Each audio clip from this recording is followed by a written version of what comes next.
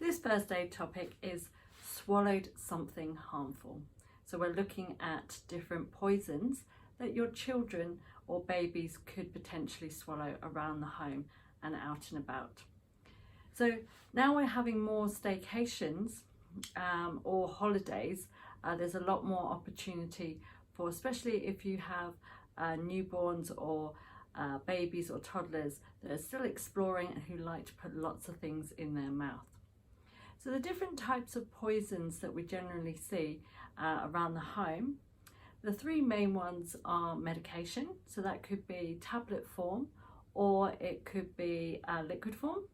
Most of them are obviously locked away in your cabinet, but it could be something as easy as them being in your bag or handbag and your little one has crawled over and pulled them out and think that they may be some sort of sweet.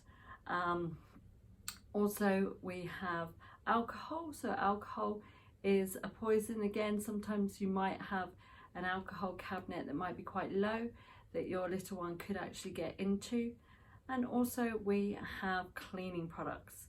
Now there's 123 children a week in the UK swallow something harmful in the home. So it is really a preventative rather than a cure. So trying to lock those things away, have you know, most of them have safety caps on them as well, apart from sort of tablets that are in a packet. Especially also cleaning products and your dishwasher tabs or clothes washing tabs. Most of them have now got those smart click clack locks on them so you can't get in. That are great, but again, if you can keep them up high out of your little one's reach is the best thing to do. So what you'll see if they have got into your cleaning products, say for instance into those washing tabs, they are brightly coloured, they are very inviting. So if they have taken one, what you might see is the wrapper on the floor. They might be not feeling very well. You might see the colour around their lips or mouth. You might see they're feeling unwell. So the three things that you need to do is really clear and simple, is find out what they've taken. So it's your job to be the investigator this time. So what they've taken, when they've taken it, so roughly the time that they've taken it, and how much. So this is the information that we'd be looking to give to the emergency services, so then they can direct you forward. They may send an ambulance, or they may ask you to bring your child into a walk-in clinic or into A&E to get treatment. So what we don't want to do is make them vomit, because depending on what they've taken, especially if it was a cleaning product like bleach or toilet cleaner, if it has acidity in it or acid, it could burn on the way down and it will burn again on the way back up. So we don't want to cause any more damage. And again with other products as well, we don't want to induce vomiting. If they're vomiting on their own, that's fine, and then we just hopefully get most of the poison out that way, and then also seek medical attention to just check that they're okay. And then also try and keep them seated as well. We don't want to let them run around, so that means the poison gets flushed around the body. So we want to keep them seated, take them to the hospital, wait for the ambulance to arrive.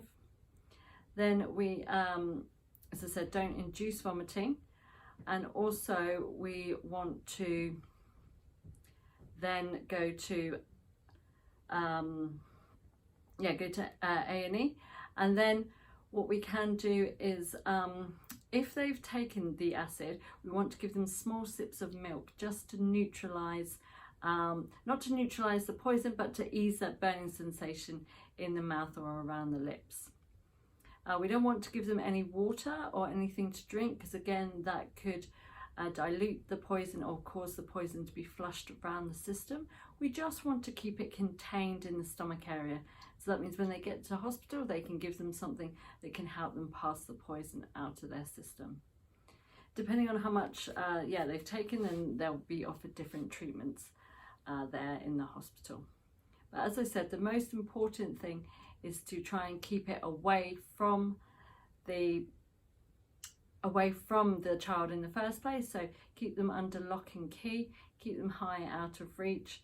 As I said, 123 children a week do get poisoned in the UK, and especially if we're, as I mentioned, if you're more on staycations, there may be other poisons, or even poisons in the garden if you're spending more time. So there could be